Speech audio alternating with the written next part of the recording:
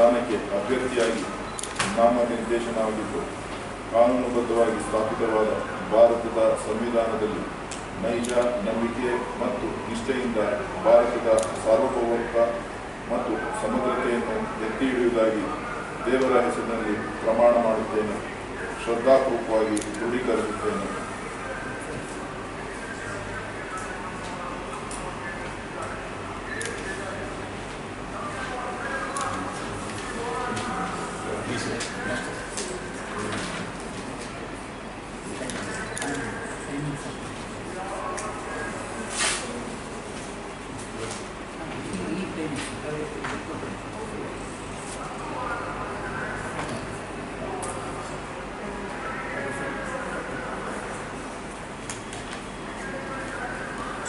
ಈ ವಿಡಿಯೋ ನಿಮಗೆ ಇಷ್ಟವಾದಲ್ಲಿ ಲೈಕ್ ಮಾಡಿ, ಶೇರ್ ಮಾಡಿ, ಸಬ್ಸ್ಕ್ರೈಬ್ ಮಾಡಿ.